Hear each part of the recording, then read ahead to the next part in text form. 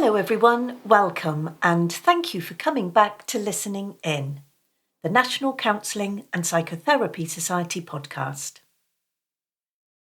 In this series, we want to give you the opportunity to listen in to some of the conversations that we are lucky enough to have every day.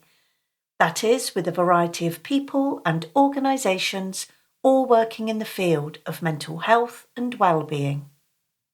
In our previous episode, we spoke with Cheryl Mead, the NCPS Regional Representative for Wales. And today, we're delighted to welcome Lynda Graham, our Regional Representative for Northern Ireland. Many practitioners will be familiar with Lynda, counsellor, supervisor and trainer who is a prominent and experienced voice across the profession, particularly on the subject of adoption.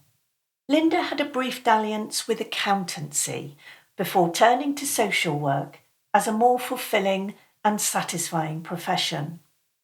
And there, from her work with children and families, she took what felt like a natural progression into counselling. Lynda is a passionate advocate for counsellors and the profession as a whole, and especially keen to advocate for those living and working in Northern Ireland. And of course, while there's a need to recognise the specific challenges encountered there, Lynda is very clear that just as we all see the individual in our daily practice, we also need to see Northern Ireland as any other place with its own regional diversity and differences. We need to be mindful it's a tapestry woven together with many different threads, and it should not be defined by one story alone.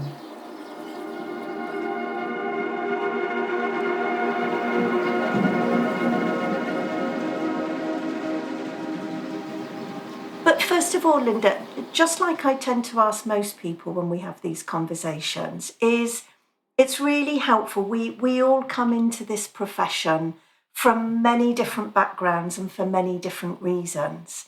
And I wondered what's brought you to the place where you are now as an experienced practitioner, supervisor, trainer, and all these things that you now do for us. So, I qualified as a social worker in 1986, but I was actually on my way to being an accountant or doing business studies, and then spent a summer working in a children's home and really enjoyed the work there. And some of the staff said, you need to think about social work. So I went off to University Open Day during the summer and was able to change my course. So it was a big change in direction, but it's never felt like a mistake.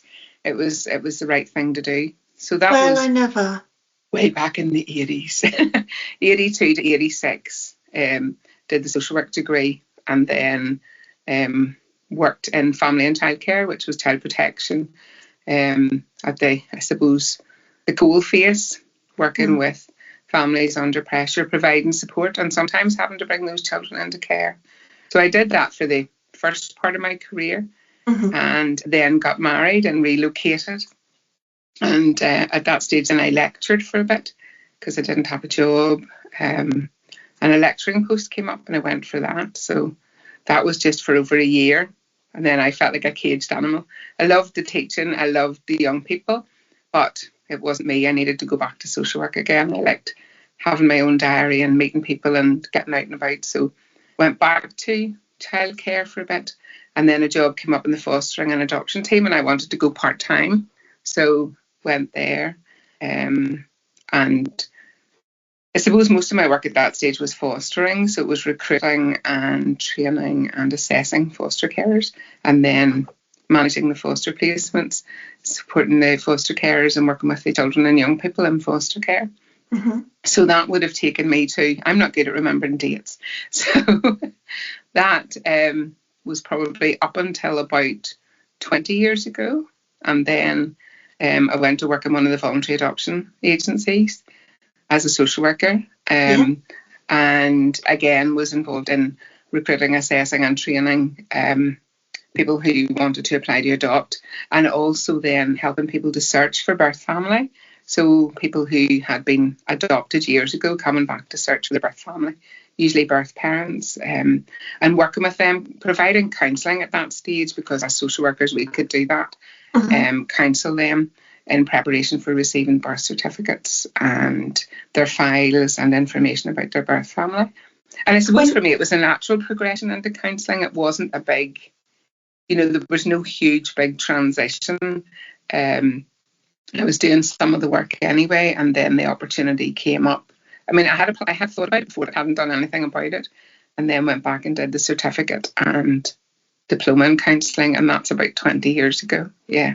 Just a couple of questions around that. So when you said that as social workers, you, I'm going to put inverted commas, counselled people that were seeking their birth families, I imagine, is that a very different type of counselling? What would that look like? What form does that take in that context? Not that different. We would have, I suppose you're working alongside people. So as a social worker, you're trained, not as a counsellor, but you're trained, to assess and to work with people on a long-term basis. So for those people, it was spending time with them, probably not any different to what we're doing now, really.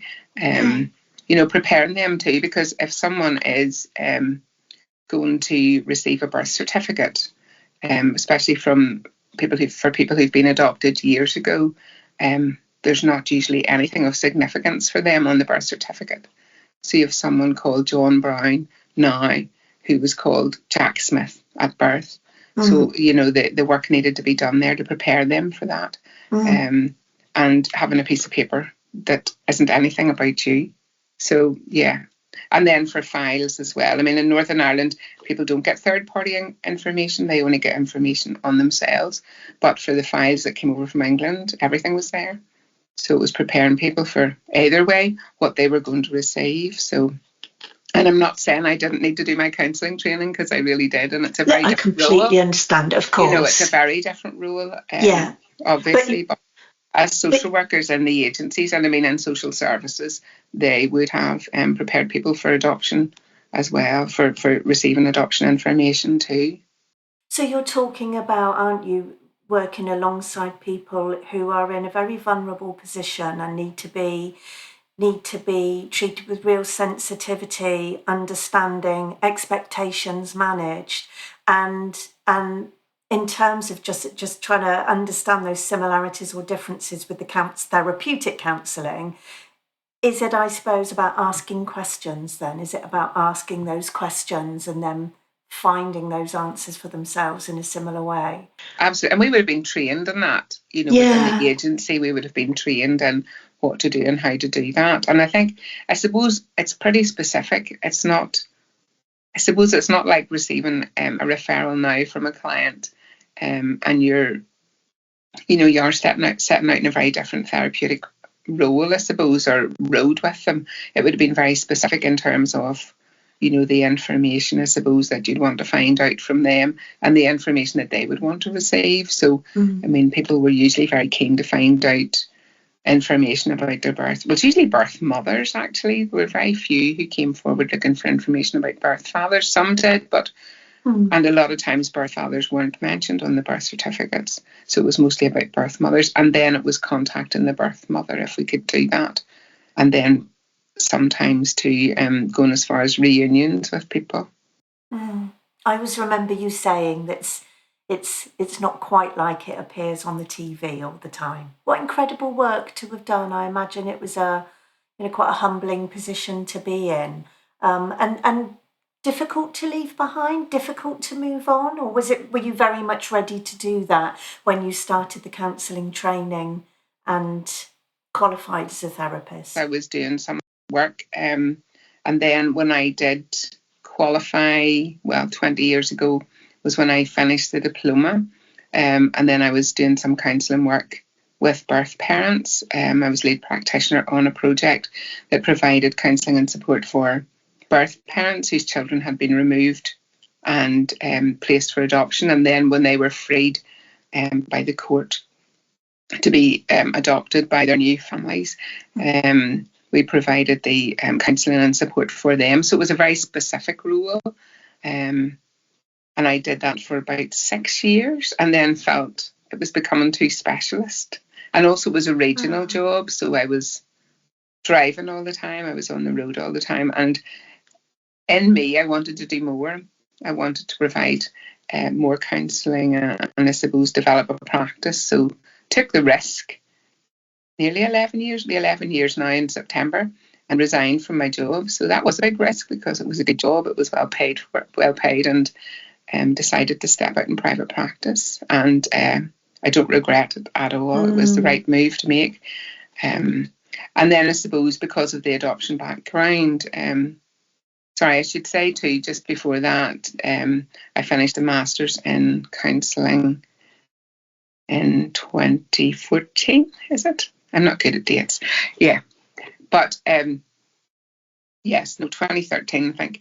But during that time, I had an opportunity to explore post-adoption depression. And if you want me to go on and talk about that, I can do that. But, during my time working as a social worker, I could see just the effect that having a child placed, especially older children, had on people. They wanted to be parents. They were really keen to parent. And then having an older child especially placed, just there were so many difficulties there, and I could see that there was something that wasn't right. And I hadn't heard of post-adoption depression at that stage. But and I can't talk about specific situations, obviously, but there were situations when I was very aware that children had to be removed again, and there was something that just didn't sit right for the person. All the dreams and aspirations they had didn't sit comfortably. It didn't fall into place, and the child didn't fulfill what they had wanted them to do. So I started looking around and then came across a study day in London on post-adoption depression, and was very fortunate that my agency allowed me to go to that. And that really, I suppose, sparked my interest and got me going. And then when I was doing the master's, my tutor had asked me what I wanted to do for my dissertation, and I had absolutely no hesitation. And it was great because she had a knowledge of adoption, so was very keen for me to do that too. So that was about 12 years ago. And then I left the agency the year after. And that was the start of me on my counselling journey, but also on this mission to educate people on post-adoption depression. So I suppose there are two sides to the work I do. There's the private practice, which is all sorts of counselling, with all sorts of different clients, but also then there's the adoption work that I do with the local authorities and privately across Northern Ireland and the UK. I was just going to say, actually, that is still very much a part of your work, isn't it? It's getting bigger. It's really, yeah. In what sense, Lynda? In terms of it, just to check I understand, that's not just about the post-adoption depression, though, is it? Or is it? When I did my research, all the mums that I interviewed had depression and been treated for depression, but nobody had actually been diagnosed with post-adoption depression. And I think that's just because it wasn't widely known about. Mm-hmm. And now, thankfully, more and more people are aware of it, and it's now included in assessments and training.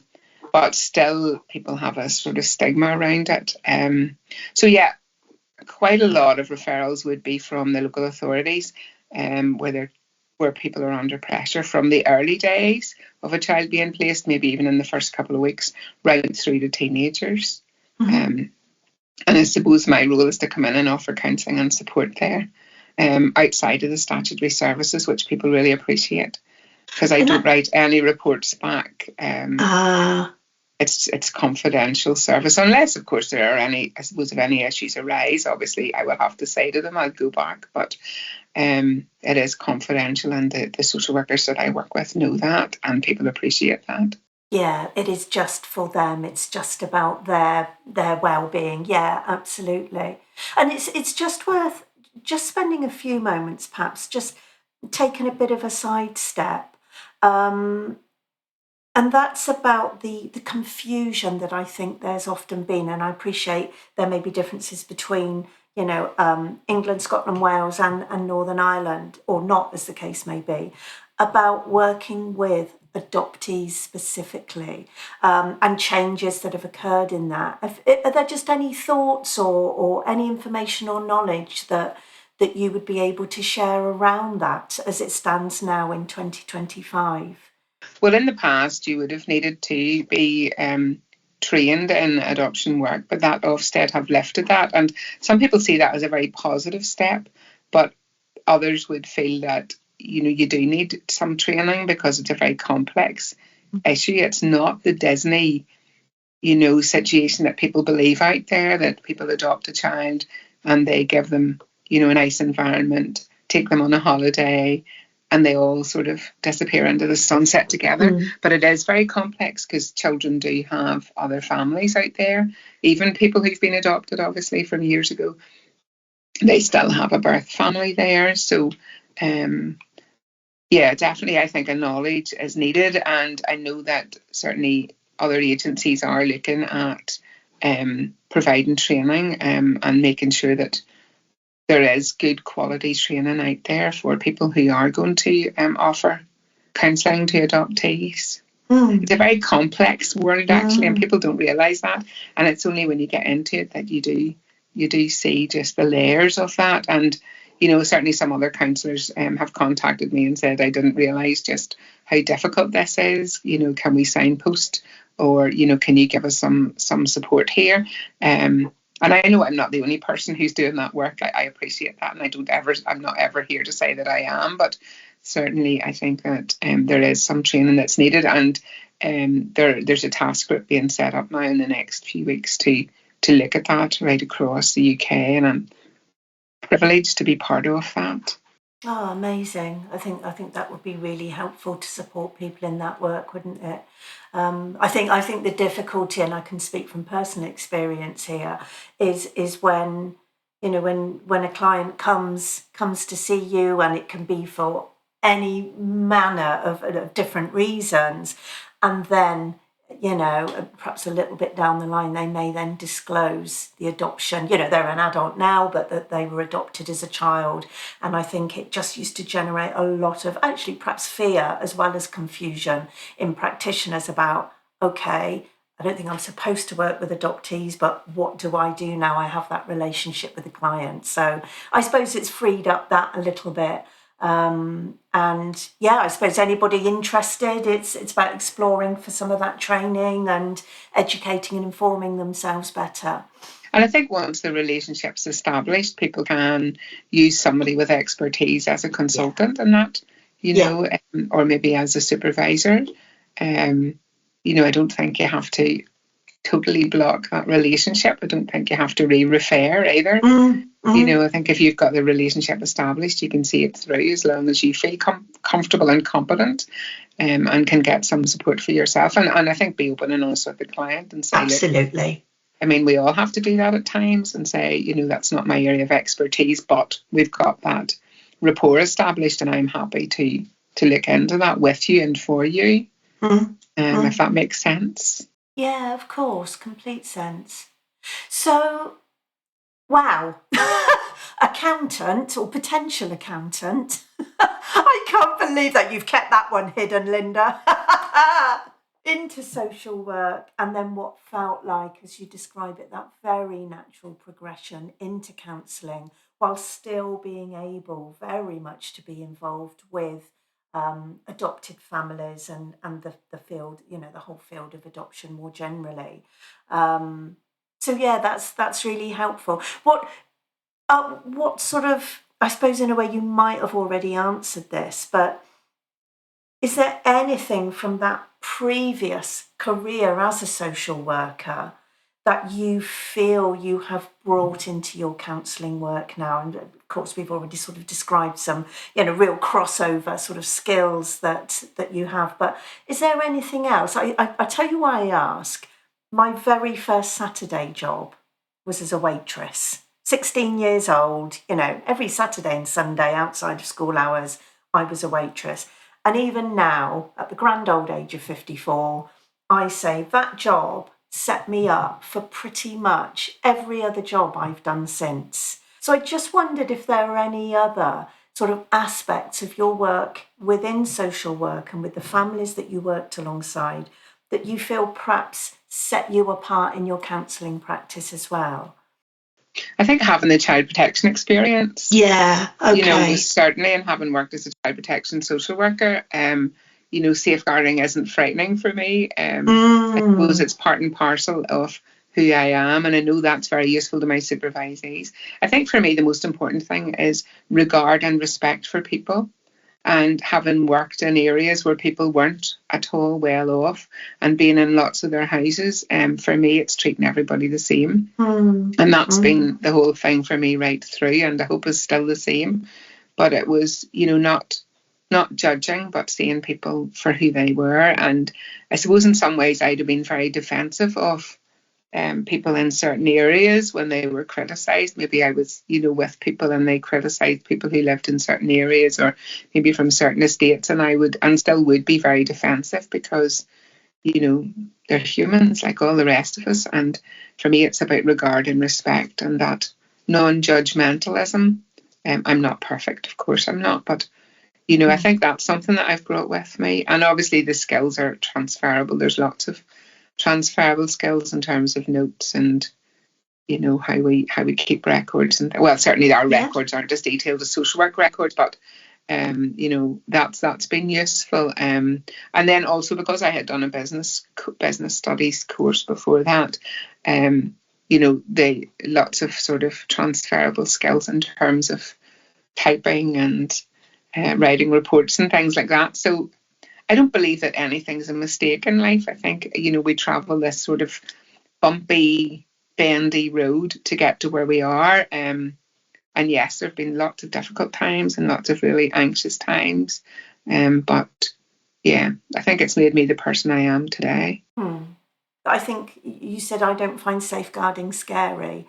And I think some people do. I think even the word or the prospect of perhaps having to become engaged in that process can be quite scary for people. And again, regardless of how well trained you might be, when you find yourself in the position of having to do that for the first time, it's not always easy. And I suppose actually, if we think of it from a counselling perspective as well, that relationship that we're there, in many ways to protect at all costs and to hold at the heart of what we do.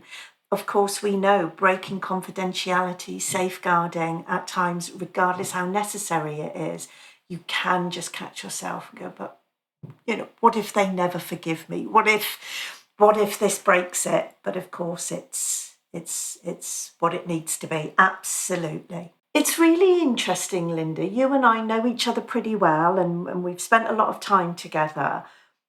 It's really interesting, though, just having this very focused conversation with you.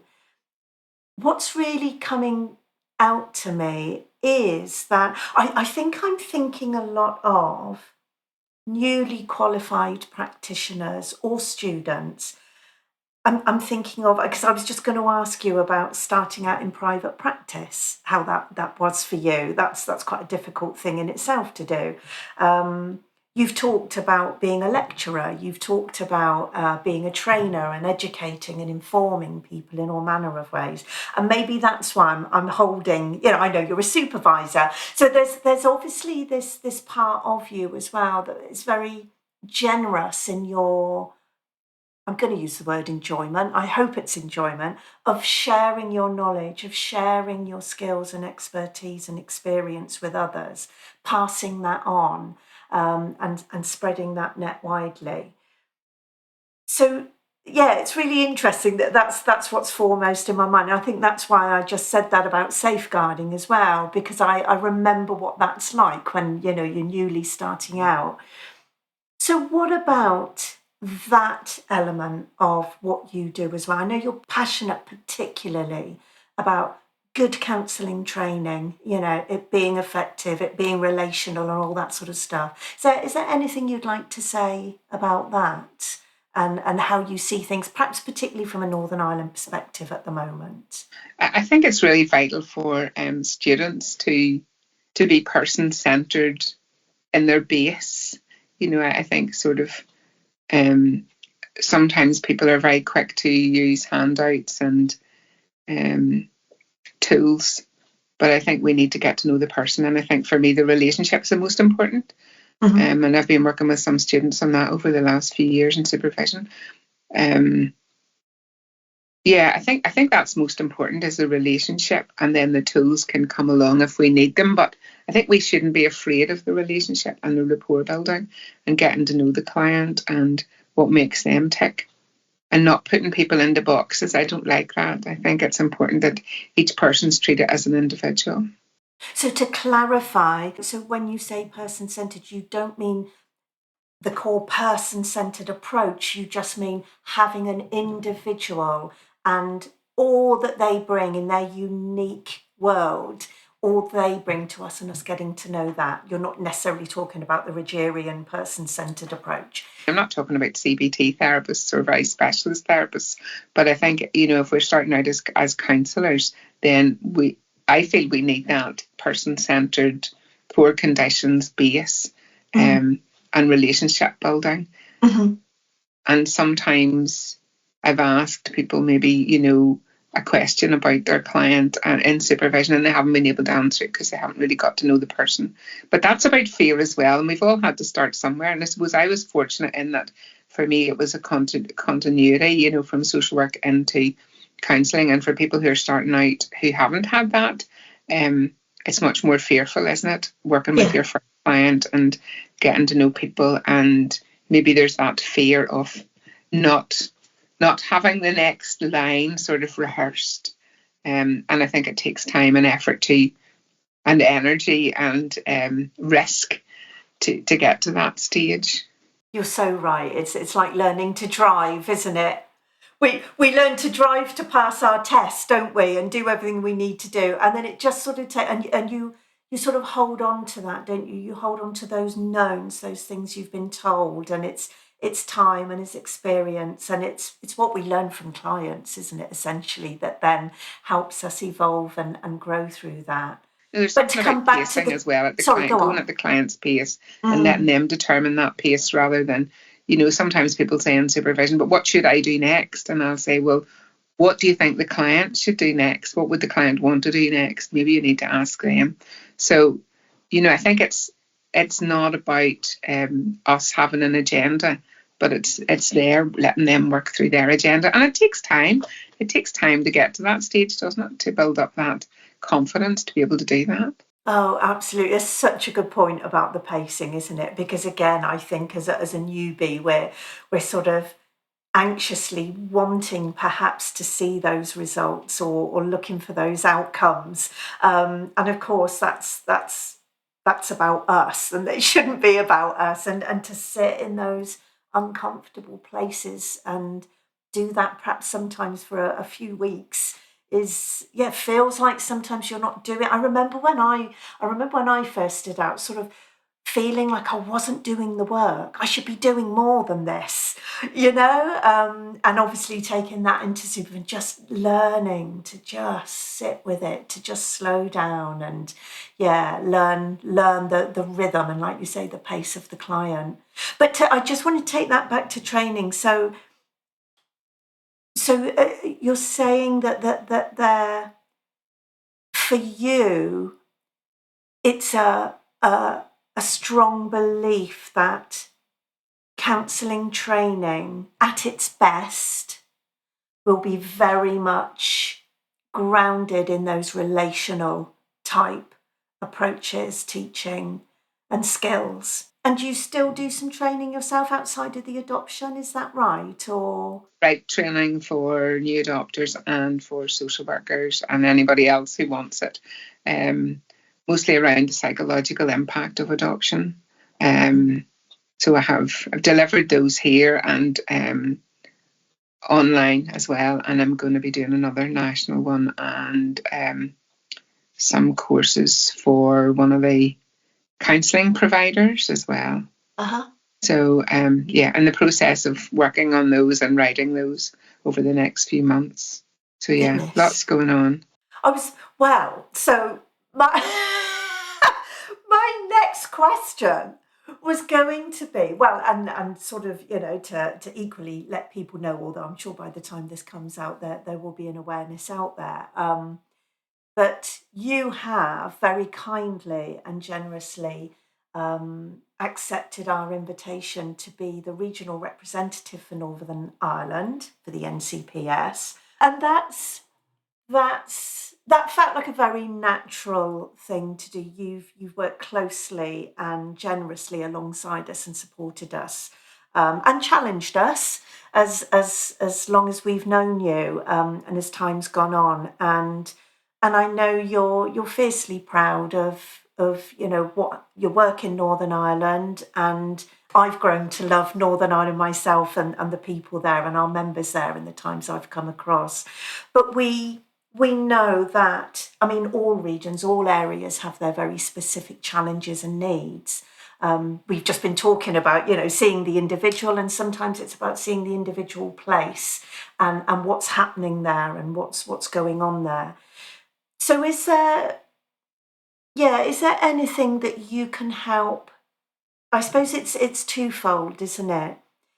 It's helping anybody that's listening from Northern Ireland understand what it is that perhaps they might be able to get in touch with you about, you feel you want to be able to do for them, but also about helping anybody that doesn't know Northern Ireland that well or hasn't got any experience of being there, understand just what some of those very specific challenges are that practitioners are facing on the ground. Yeah, I think in terms of Northern Ireland, sometimes we get bad press. Sometimes we're represented as the place we were 20, 30 years ago, and we're not anymore. And different regions are dealing with different issues.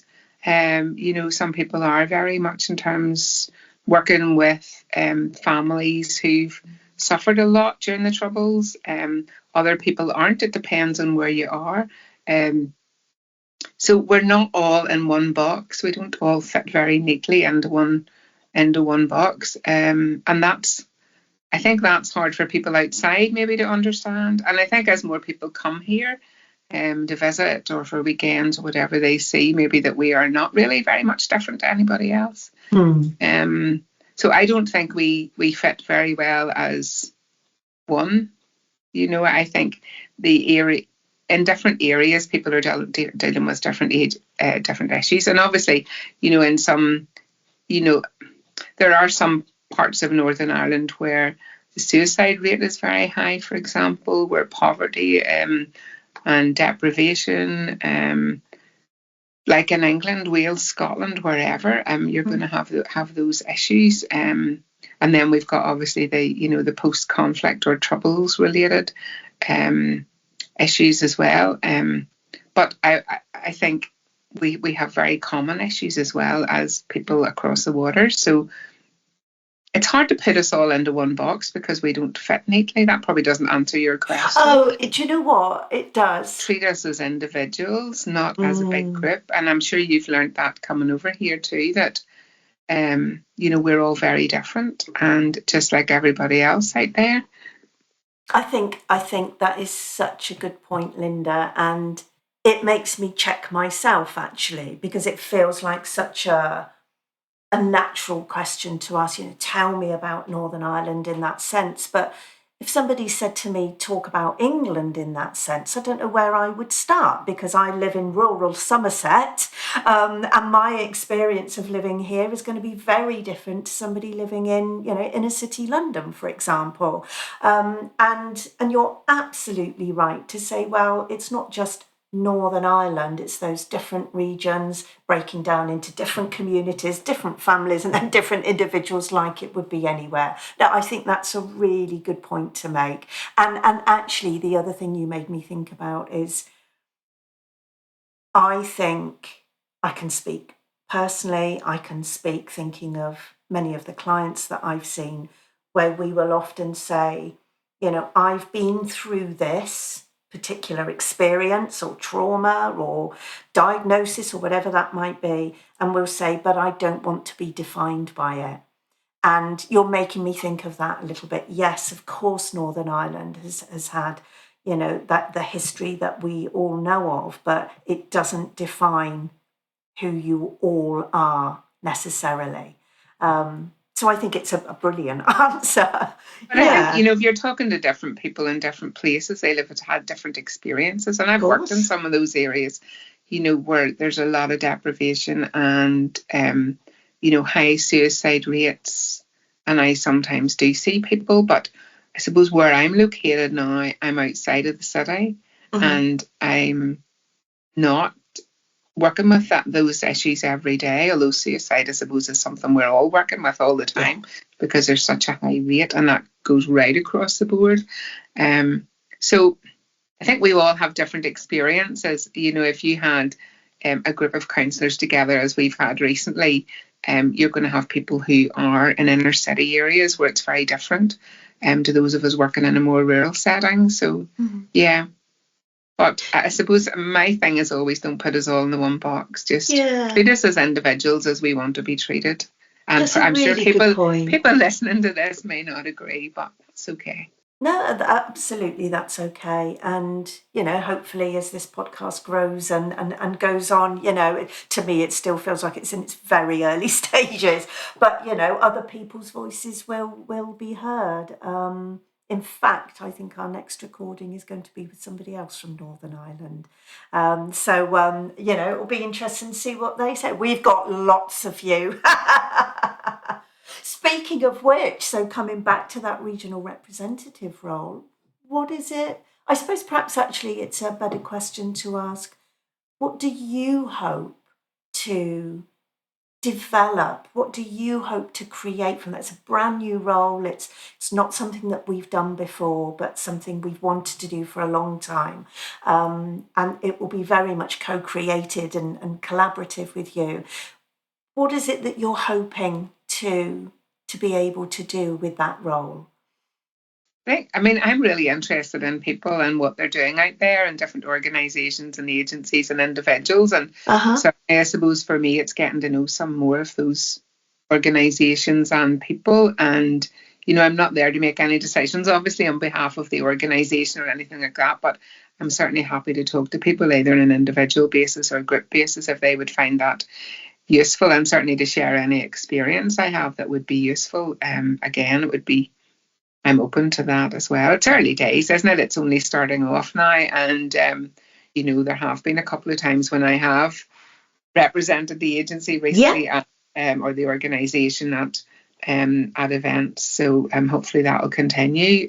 It's not going to be a huge part of my job because time, is going to, I suppose, not allow that either. And that's not what you're anticipating either. But certainly it's getting to know people and share experiences and learn from them too.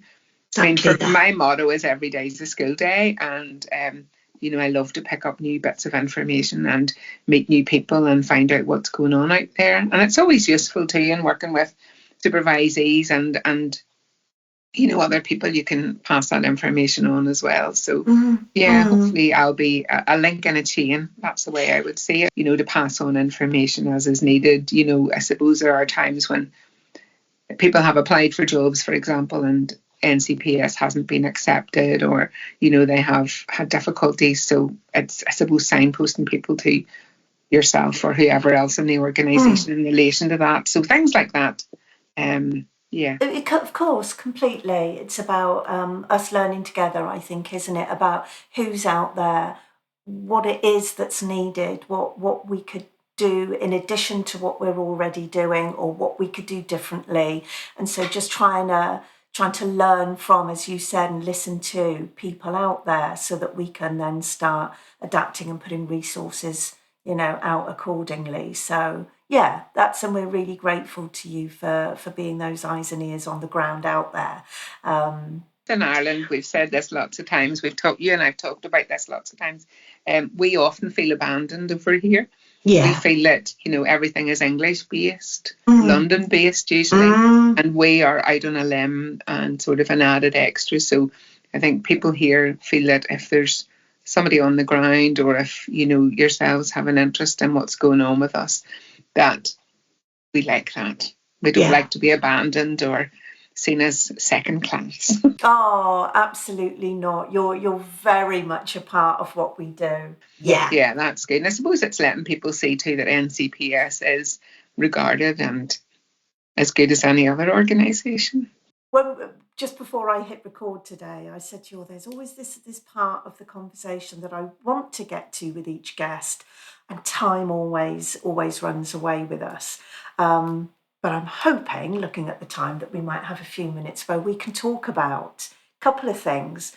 One is always being mindful that in this profession that we both work in, and similar professions, I'm sure social work actually may very well have been the same. It could be a profession very much that you live, you don't leave at the office door sort of thing.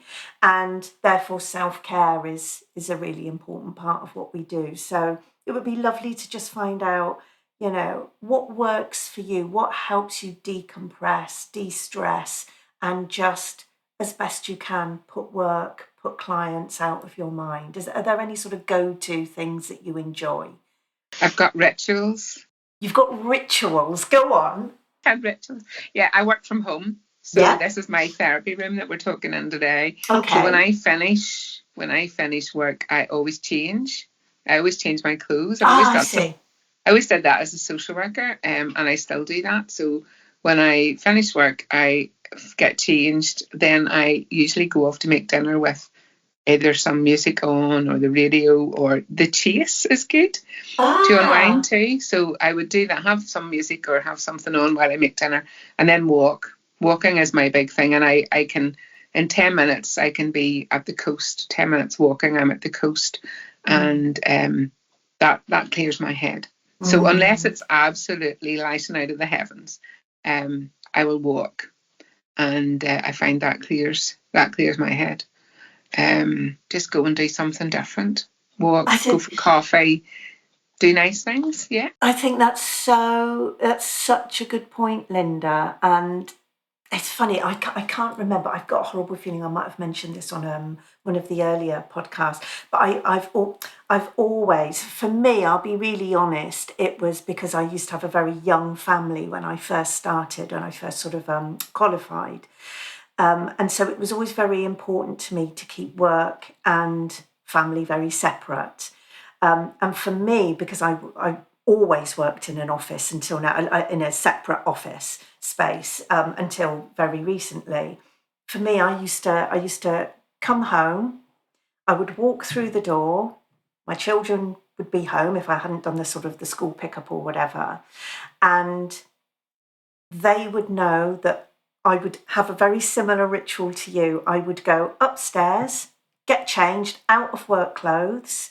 And then for me, because I had little ones at home, I couldn't sort of necessarily just go off for a walk. But what I would do is I was lucky enough to have a garden, and I would go out in a garden and just go out in bare feet and just feel whatever was out there, ever under my feet, whatever was above me in the sky. And my kids knew that the moment I walked back in through my back door, then I was mum again. Mummy was back. Yeah, and it was only out of necessity. I wasn't trying to be clever. It wasn't anything but it just felt like the natural thing to do. So I can really relate to that.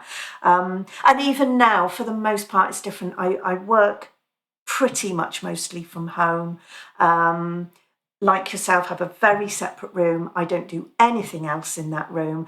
And actually, even if I'm not seeing clients all day and I don't have any meetings, I'll still tend to have work clothes and my own personal casual clothes, just for that differentiation. But just whether there's, and I'm thinking perhaps particularly in terms of your adoption work, whether you've got any recommendations for sort of further reading or further resources that just might be of interest for anybody that's listening to this, that it's piqued their interest in terms of adoption work, post-adoption depression and things like that. Can I just grab a book here?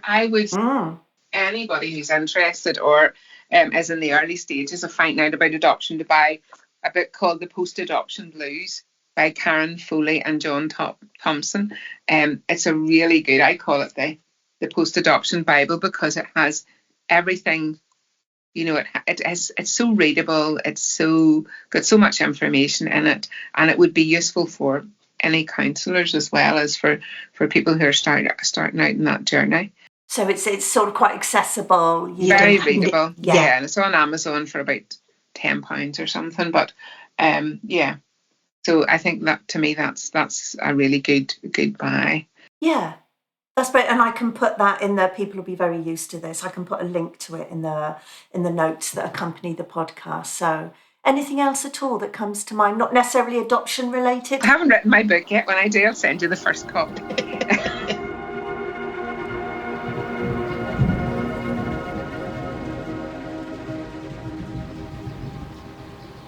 Thank you to Lynda for joining us today, and thank you for listening in.